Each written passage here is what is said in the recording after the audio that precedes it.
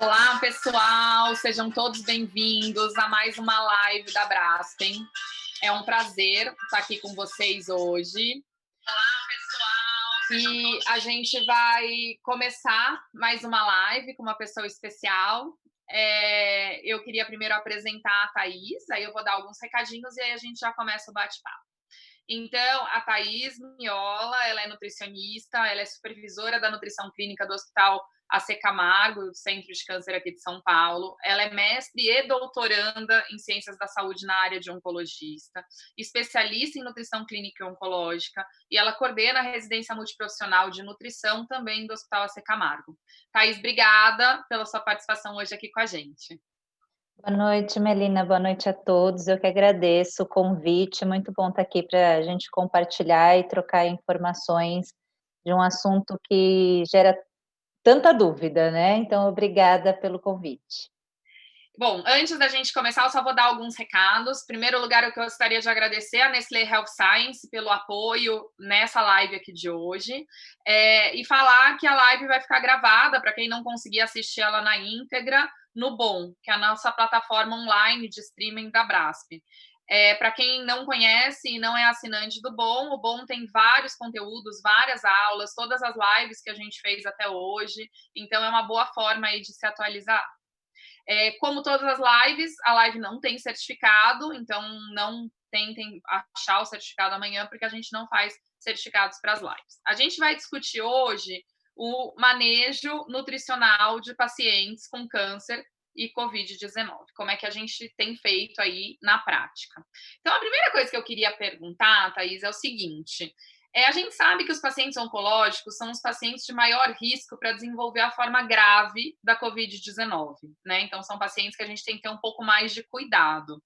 E a gente sabe que muitas vezes eles estão internados por outra doença, pelo próprio câncer ou por uma infecção, enfim, por alguma coisa que eles tiveram e eles tiveram que ser internados. E claro que a gente fica com medo por o hospital, por mais que divida a área Covid da área não Covid, de que a gente leve algum tipo de contaminação para esses pacientes. O que vocês têm feito para tentar evitar, enfim, minimizar esse risco de contaminar um paciente que está internado, mas não por Covid? Melina, até como a gente já está começando, falar um pouquinho do paciente oncológico nesse contexto todo, que eu acho que é importante, né? Então, ele acaba sendo um paciente de um grupo de risco exatamente porque é um paciente que está em químio, está em rádio, ou ele fez uma cirurgia recente, ele vai ter uma imunidade comprometida. Então, a gente acaba, né, tendo um maior risco aí nesse grupo. Sem contar também os pacientes de neoplasias hematológicas, né, que apresentam a imunossupressão com uma frequência muito maior do que quando a gente compara com os pacientes de tumores sólidos, né. E a gente também teve uma queda, isso no Brasil todo, né, do diagnóstico de câncer, exatamente pelo receio do paciente buscar o médico, fazer um exame para fazer o diagnóstico da doença. Então, acho que é bom a gente sempre ressaltar esse perfil do paciente, tá? E teve alguns casos, sim, que a gente também observou que o próprio paciente não quis fazer, né, uma sessão de químio, tratamento, ficou com receio de ir ao hospital por conta, né, da contaminação. Então, no AC, o que a gente começou a fazer? A gente chama de fluxo oncológico protegido. Então, isso é pensando tanto no paciente, né, quanto nos colaboradores, porque existe essa exposição, né, entre os dois.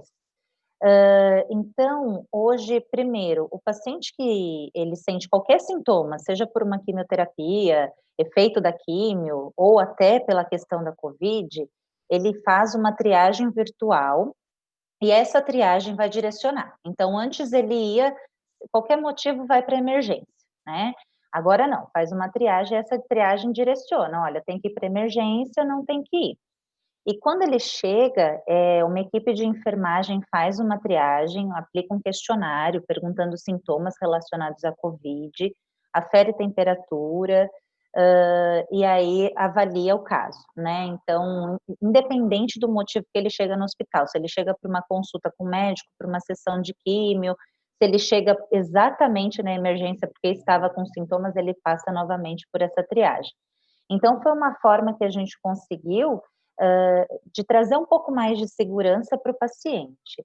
E claro que a paramentação, né? Então, o uso do equipamento de proteção individual em todo o hospital, quem está ali em contato direto com o paciente também, o internado.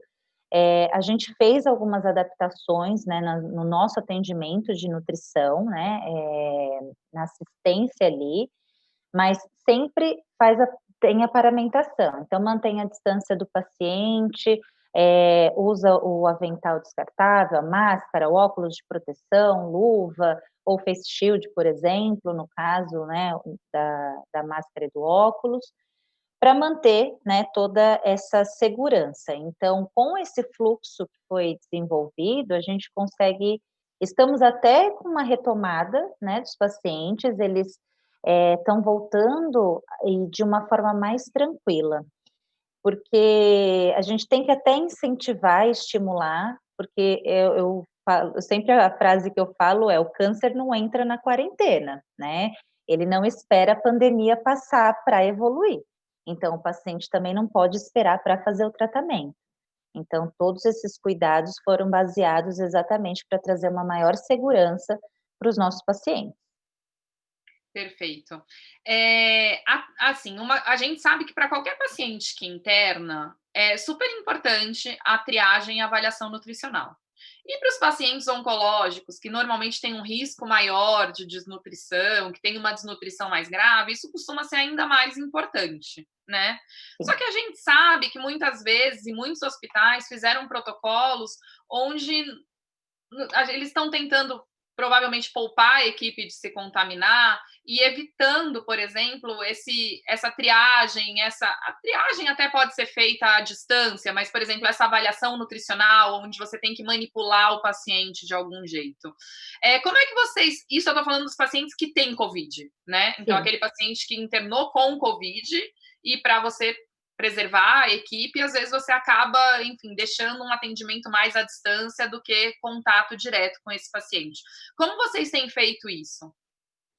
Então, nos pacientes, eu vou falar dos dois perfis, tá? Então, o paciente internado com câncer sem Covid, que tem o risco aumentado para contaminação, e aquele que está internado com Covid. Então, ou mesmo ambulatorial, né? No nosso consultório lá no hospital. Então, com o objetivo de reduzir o máximo de contato, a gente mudou os nossos métodos de avaliação objetivos para subjetivos. Então, ambulatório, eu uso normalmente bioimpedância, hand grip ou antropometria. Então, paramos de fazer, né, estamos fazendo a ASGPPP, que é a avaliação subjetiva global produzida pelo paciente, que a gente sabe que na questão subjetiva é o melhor método para oncologia, né? Na internação, a gente já fazia a SGPPP mais o hand grip. E aí a gente, no paciente sem Covid, eu continuo fazendo, porque a gente não pode esquecer que a SG, ela tem avaliação do exame físico, né? Então, eu preciso visitar esse paciente, eu preciso vê-lo. Então, hoje, como que a gente reduziu essa exposição? O paciente ele é visitado presencialmente pela Nutri na triagem, aquele sem Covid, tá? Na triagem, aí, a partir do momento que eu detecto o risco, eu já faço a avaliação, a ESG, mas o hand grip eu não estou fazendo por enquanto, né? Parei desde o início da pandemia. A gente está avaliando a retomada disso, né? Estamos desenhando esse fluxo. E aí eu vou ver esse paciente de novo na reavaliação e numa orientação de alta. No restante do acompanhamento, eu vou fazer por telefone, tá? Eu não tenho ido nem ao quarto todos os dias do paciente sem Covid, exatamente para evitar a exposição, tá? Mas aquele com Covid, a gente não entra no quarto de jeito nenhum. Então, é limitado mesmo o número de profissionais que entram no quarto. A gente faz a triagem por telefone, mas não faz a avaliação. Aliás, não faz a subjetiva. A gente nos baseamos em parâmetros clínicos, laboratoriais, dietéticos, e a discussão com a equipe de enfermagem e com a equipe médica, né? Além da visita, porque eu vou ligar para esse paciente todos os dias. Então, não ele não vai ficar sem assistência, mas a avaliação em si, realmente, a gente acaba não realizando, nem a subjetiva por causa da questão do exame físico. Quando tem alguns casos que a físio, né, é acionada para o paciente internado e ela aplica o hand grip. Então, aí já nos ajuda com alguma mensuração ali da força mesmo.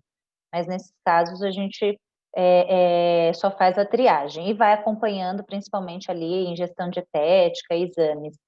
E no ambulatório a gente está retomando o uso da antropometria, né, com toda a paramentação e também porque são equipamentos que são fáceis de serem higienizados, né? Então aí a gente está retomando, desenhando, na verdade, né, essa semana, inclusive, né, que eu comecei a desenhar essa retomada do fluxo para voltar a fazer antropometria, porque a gente sabe que a avaliação nutricional não é só composição corporal, mas isso faz uma baita diferença, né, até para ver a efetividade da nossa terapia. Então, estamos voltando aí gradativamente com todos as recomendações, né, todos os cuidados. Você falou de avaliação dietética, e aí perguntaram que ferramenta que vocês usam para fazer essa avaliação dietética? Normalmente o recordatório de 24 horas, que em hospital é o mais comum de ser feito, né? Até pela questão da praticidade, do tempo, você faz uma avaliação ali qualitativa. É claro que na realidade hospitalar a gente não consegue parar e calcular todos os recordatórios, né? Mas a gente já tem uma boa noção de como que é a aceitação alimentar do paciente, porque outros métodos, como questionário de frequência, por exemplo, é mais direcionado para pesquisa, ele demora muito mais tempo, né, para ser feito. Então, o recordatório de 24 horas. Tá, perfeito.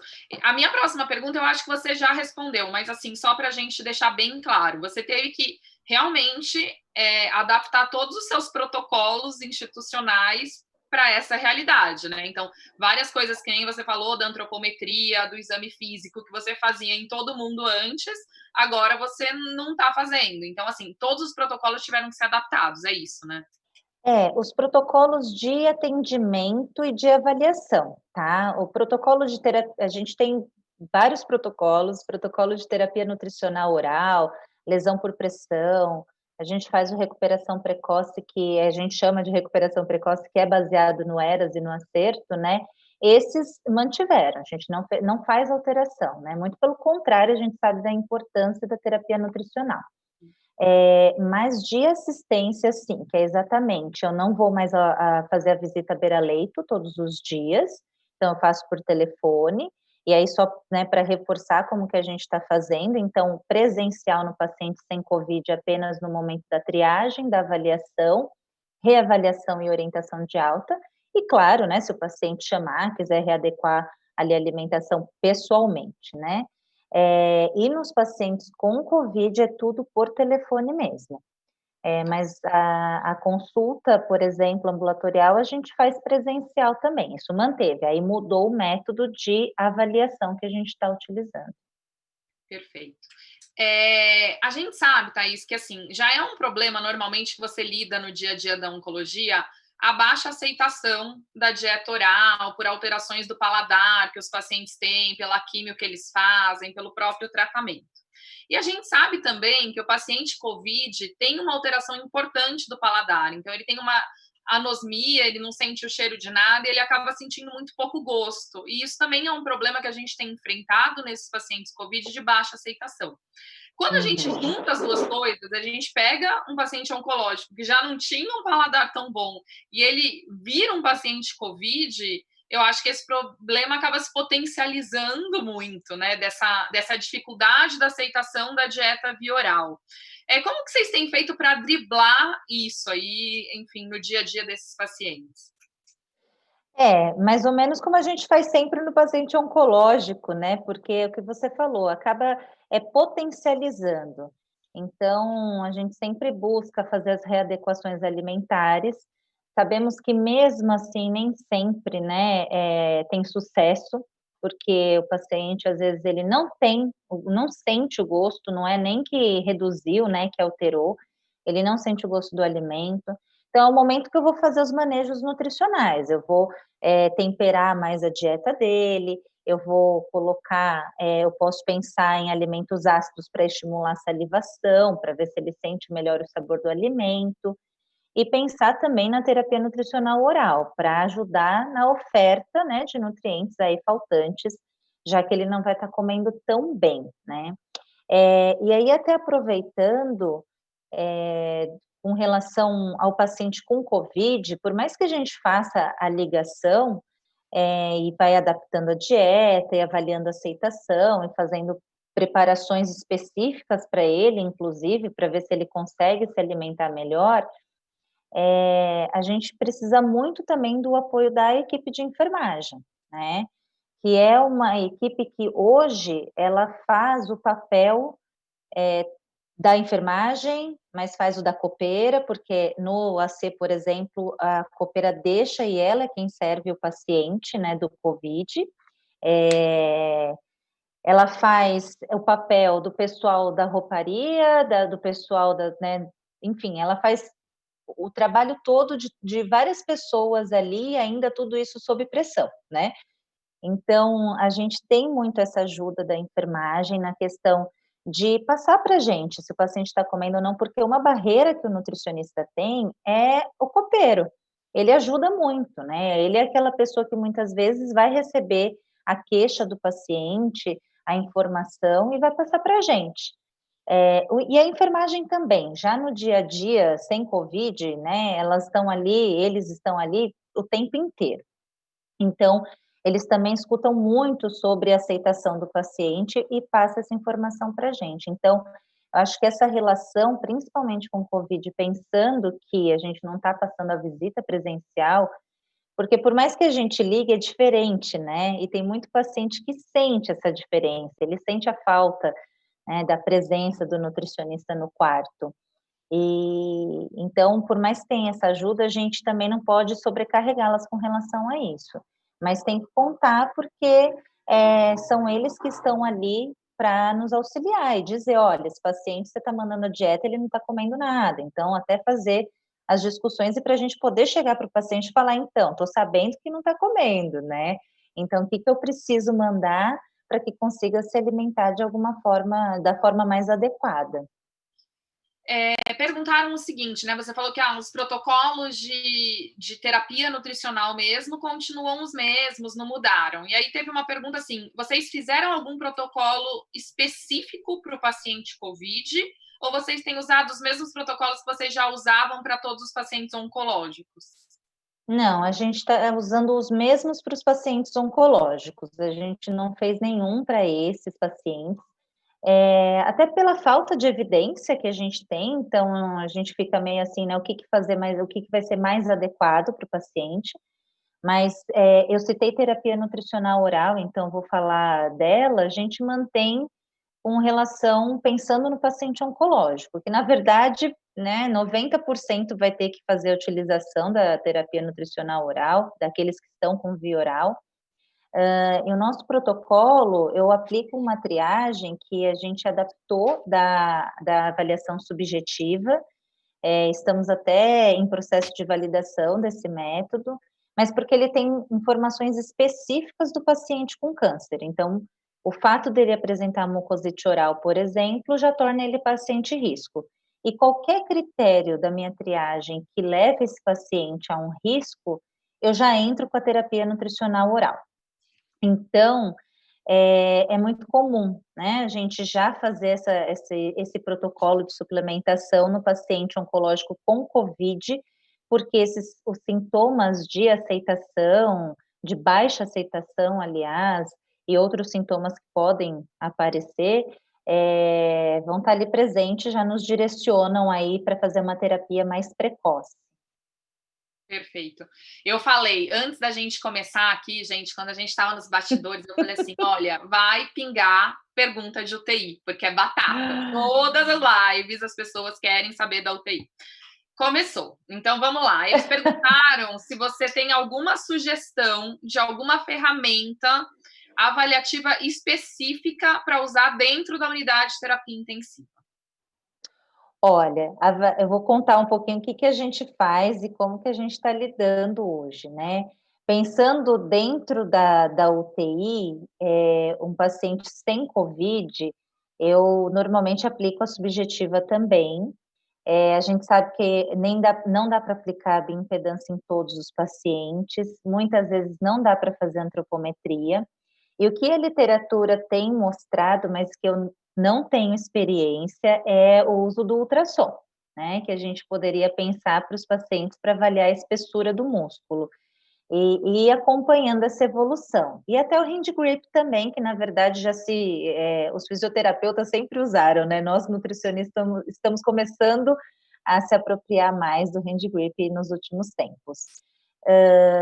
Então, eu indicaria, se tiver a possibilidade do ultrassom, eu acho que é uma ferramenta muito boa e que tem mostrado um resultado bem bacana. Bom, então, assim, só vou contextualizar o que a gente está fazendo lá, enfim, na UTI do hospital.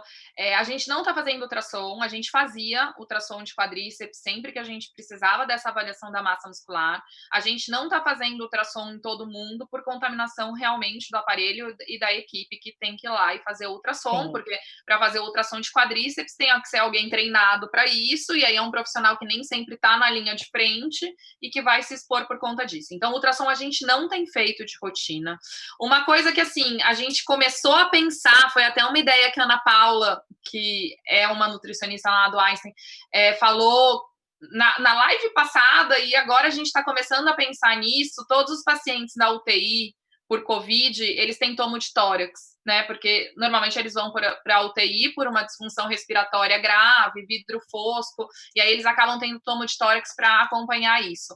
Então a Aninha está começando a avaliar o T4, né, da tomo de tórax com ela mesma, porque a gente não tem um corte estabelecido na literatura. Então a gente pega a primeira e a última tomo de tórax do paciente e avalia quanto que ele perdeu de massa muscular. Claro que isso não vai adiantar para o paciente, porque ele já perdeu. Mas talvez a gente tendo esse dado, a gente comece a entender melhor como que esses pacientes especificamente se comportam com a perda, com a velocidade de perda, e aí talvez em cima disso a gente possa fazer alguma intervenção específica. Mas a gente fazia ultrassom de rotina e a gente não tem feito nesses pacientes por causa da contaminação.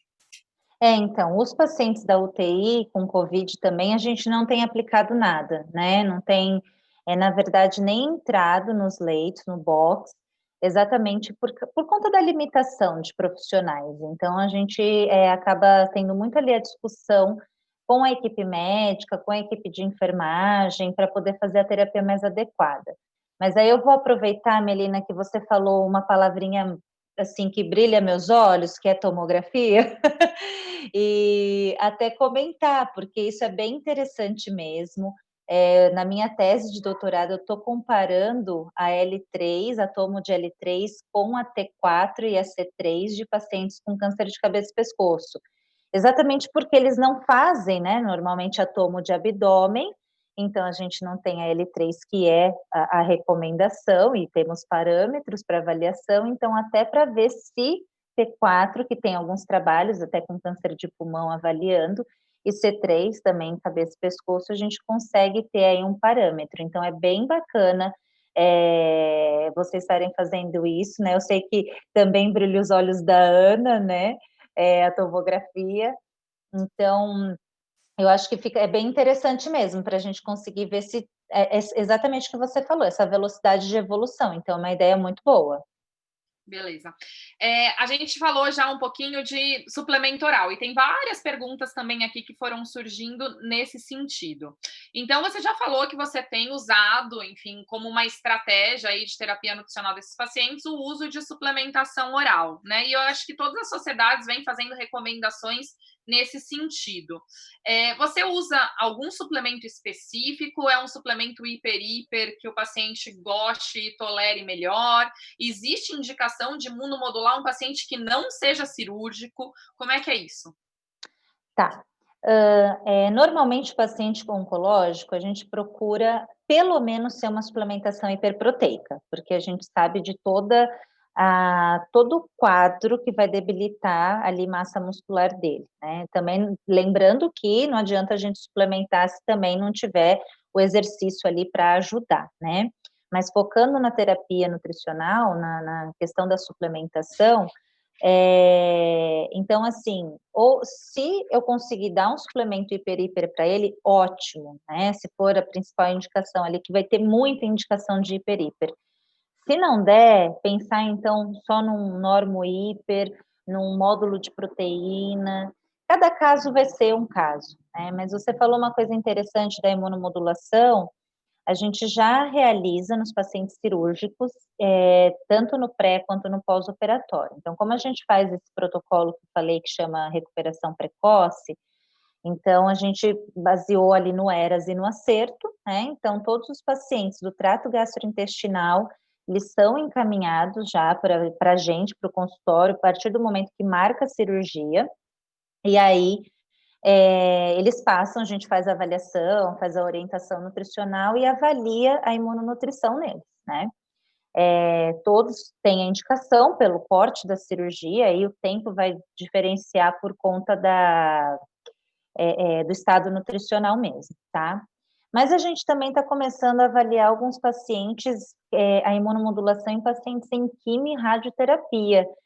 Tem alguns trabalhos mostrando, mas a gente sabe que ainda precisa de evidência para isso, mas tem dados, assim, bem interessantes, né? Resultados bem bacanas, de melhora da resposta imune, né? Pós-químio, até fazer um esquema como eles tomam no pré-operatório, então tomar pré-químio também.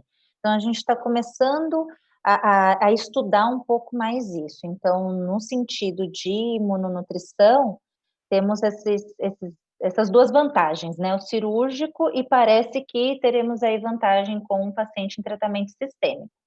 E aí o paciente com outros casos, por exemplo, o paciente que ele apresenta um risco alto ou altíssimo, segundo a escala de Braden para lesão por pressão, já entramos com suplementação específica também para cicatrização, para que não evolua, né? Então, o perfil do suplemento varia muito de paciente para paciente, mas tem esses pontos aí, o cirúrgico, a lesão por pressão, e oncológico, sempre a gente procurar dar uma boa quantidade de proteína para ele também, né? Não só proteína, né? A gente sabe que é importante dar todos os nutrientes, mas a suplementação deixar aí um pouco mais hiperproteica. Aí, nesse gancho da proteína, perguntaram se existe alguma dose de suplementação proteica ideal. Vai depender do caso, né? Precisa avaliar o paciente, a necessidade dele. Então, vai ter paciente que vai precisar de 60 gramas, tem paciente que vai precisar de 80. Eu preciso avaliar e ver a necessidade. E eu acho que é até importante a gente falar disso, porque quando a gente fala de protocolo, a gente não pode esquecer que cada paciente é um paciente.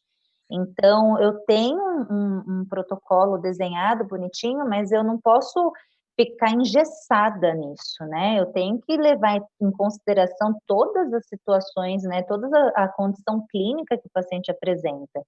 Então, até a própria questão da proteína, a gente procura aí dar de 1,2 a 2 gramas, né, de proteína por quilo de peso, mas tem as suas variações conforme o momento em que o paciente vive. Se é um paciente em radioterapia de cabeça e pescoço, eu vou ter que jogar proteína lá em cima, certeza, né? Porque ele vai desnutrir muito. Agora, se é um paciente em uma quimioterapia para linfoma, por exemplo, ele muitas vezes evolui bem, tem uma boa aceitação alimentar, eu posso manter ali uma proteína de 1,2 gramas por quilo de peso, por exemplo. Bom, falando um pouco dos pacientes cirúrgicos, as cirurgias, muitas delas tiveram que ser remarcadas. Como é que funcionou isso? As cirurgias urgentes foram feitas, obviamente, mas tiveram, enfim, algum protocolo específico? Você já falou que vocês fazem o preparo imunológico, isso tem continuado mesmo na pandemia? Como é que está essa questão cirúrgica aí do paciente? Tá, no começo a gente reduziu, sim, né, as cirurgias eletivas, como você falou. De urgência não tem como, né, tem que fazer. Mas as eletivas teve uma redução, então os cirurgiões avaliaram aí todos os casos que precisaram, né, aliás, que podiam ser adiados, mas a gente já está retomando ao volume cirúrgico, porque como eu falei antes, né, não dá para esperar o tratamento, a pandemia passar para retomar o tratamento do câncer, né, então precisa agilizar também o tratamento. Então, eles já estão retomando aí com as cirurgias. O que eles estão fazendo agora, quer dizer, já faz um tempo, até para poder voltar de uma forma mais segura, ter o mesmo volume de cirurgias, todo paciente que vai fazer a cirurgia eletiva, ele faz o teste do PCR. Então, ele já tem a data da cirurgia, ele vai lá 2 dias antes na emergência, coleta o PCR, e aí avalia. Se ele precisar, se der positivo, ele precisar, então, adiar a cirurgia, ele vai ficar aqueles 14 dias de isolamento domiciliar, se for um paciente que não precise de internação, né? E aí depois faz o teste do PCR novamente, e aí então, se der negativo, vai para a cirurgia. Então, é uma forma de minimizar o risco, né? Mas elas estão voltando e estão sendo realizadas. E com relação à imunonutrição e outras etapas dos protocolos de cirúrgicos, como abreviação de jejum, goma de mascar, realimentação precoce, tudo isso a gente está fazendo normalmente. Então, mesmo quando começou a pandemia, o cirurgião encaminhava para a gente continuava fazendo todo o protocolo, e o paciente depois fazia o teste do PCR, via se, né, ia fazer a cirurgia ou não. Então, a gente continuou com a terapia nutricional, isso não mudou para quem pôde fazer a cirurgia, né? E agora está voltando. Beleza. Você tem algum caso, alguma situação específica que você queria compartilhar de como vocês fizeram para driblar, enfim, esse desafio de nutrir um paciente oncológico com Covid, alguma coisa, enfim, para mostrar isso? Você falou desafio a gente é o que tem de sobra, né, nessa situação. Então, eu acho que com relação, assim, olhando de uma forma geral para todos os casos que a gente atendeu, o grande desafio é a questão desse atendimento virtual, né, vamos dizer assim, na verdade, por telefone, né, nem por vídeo. E a questão que a gente falou da avaliação da composição corporal também, né, que isso acaba fazendo falta aí para a gente ver a nossa terapia. Mas até hoje eu tive a informação de um caso e foi interessante, e uma nutri da minha equipe, ela teve que orientar uma sonda por telefone, porque os pacientes eles não estão ficando o tempo inteiro, né, do esperado, né, dos 14 dias da Covid internado. Então, se ele vai melhorando a condição clínica, ele recebe alta e continua em isolamento domiciliar. E aí ela falou, né, ela até fez o comentário, ela falou: "Nossa, eu tive que orientar, o paciente tinha sonda e é de alta com Covid, eu pedi para ele abrir o note dele", ainda bem que ele tinha note, né, e estava com ele no hospital. Eu pedi para ele abrir o note, porque a gente tem todas as nossas recomendações no site do hospital, né, e os nossos manuais. Então ela pediu para ele baixar, e ela foi página por página, né, explicando, orientando, porque quando a gente vai orientar uma sonda, a gente precisa da mão, né? Olha, é aqui, você tem que pôr aqui em cima da cabeça, você tem que fazer assim. Então, você fazer isso por telefone e não conseguir demonstrar, né, acho que foi um grande desafio. No final deu certo, ela orientou, né, o paciente teve alta hoje, então a gente precisa avaliar aí depois, na semana, como é que vai ser. Ela ainda brincou, ela falou: "Certeza que seu telefone vai tocar com dúvidas, que ele vai ligar", né. E aí até a questão do retorno ambulatorial, porque surgiu essa dúvida, o paciente foi embora com Covid, e aí, eu peço para ele voltar no consultório? Como que a gente vai fazer isso? E aí a gente entra um pouquinho na questão da telemedicina, que no AC começou esta semana, né. E na nutrição ainda não começou. Então a gente ficou: "Como que vai fazer?". Então a gente, né, tem esse desafio de tentar manter tudo por telefone, né? Mas a gente faz o possível e vai conversando com o paciente, vai tirando as dúvidas, enfim, vai tentando adaptar o melhor à realidade dele, né? Bom, última pergunta. Tem um monte de pergunta aqui que eu já tinha separado, mas assim, a gente tem 4 minutos para acabar. Então, assim, a última pergunta, você falou do desafio ambulatorial. Como é que está ficando esse acompanhamento ambulatorial dos pacientes com câncer? Vocês estão fazendo algum cuidado específico? Você já falou que alguns protocolos mudaram, mas assim, os pacientes continuam sendo atendidos normalmente, na mesma periodicidade que eles eram antes? Alguma coisa mudou nisso? No começo mudou, viu, Melina? A gente levantou as agendas e ligou para todos os pacientes que a gente via que não tinha necessidade de voltar tão cedo com a nutrição, né? Exatamente para reduzir o fluxo. Só que a gente começou a ver que, ao mesmo tempo que o paciente com câncer não pode ficar adiando o tratamento, também não dá para ficar adiando o acompanhamento com o nutricionista. Senão a gente vai ter aí, né, vai vir um paciente gravemente desnutrido, que a gente poderia ter feito alguma coisa. Então, agora, na verdade, há uns 20 dias, a gente retomou as nossas agendas, então mantém a periodicidade. Claro que o paciente que mora longe, ou o paciente que até é mais tranquilo, vamos dizer assim, um paciente que está evoluindo bem, a gente tira uma dúvida por telefone, a gente consegue fazer. Estamos trabalhando para fazer a telemedicina na nutrição e ver os casos. No começo da pandemia, a gente teve um caso que era um paciente que tinha fechado uma ileostomia e estava super bem, fez a evolução de dieta e só precisava ir lá para a gente orientar o retorno gradativo dos alimentos. A gente falou, peraí, né? Eu posso orientar isso por telefone. Então, é também filtrar esses casos, mas a gente está fazendo atendimento presencial de todos eles, com todos os cuidados. Aí, como eu falei, a gente vai voltar a fazer antropometria nesses pacientes ambulatoriais,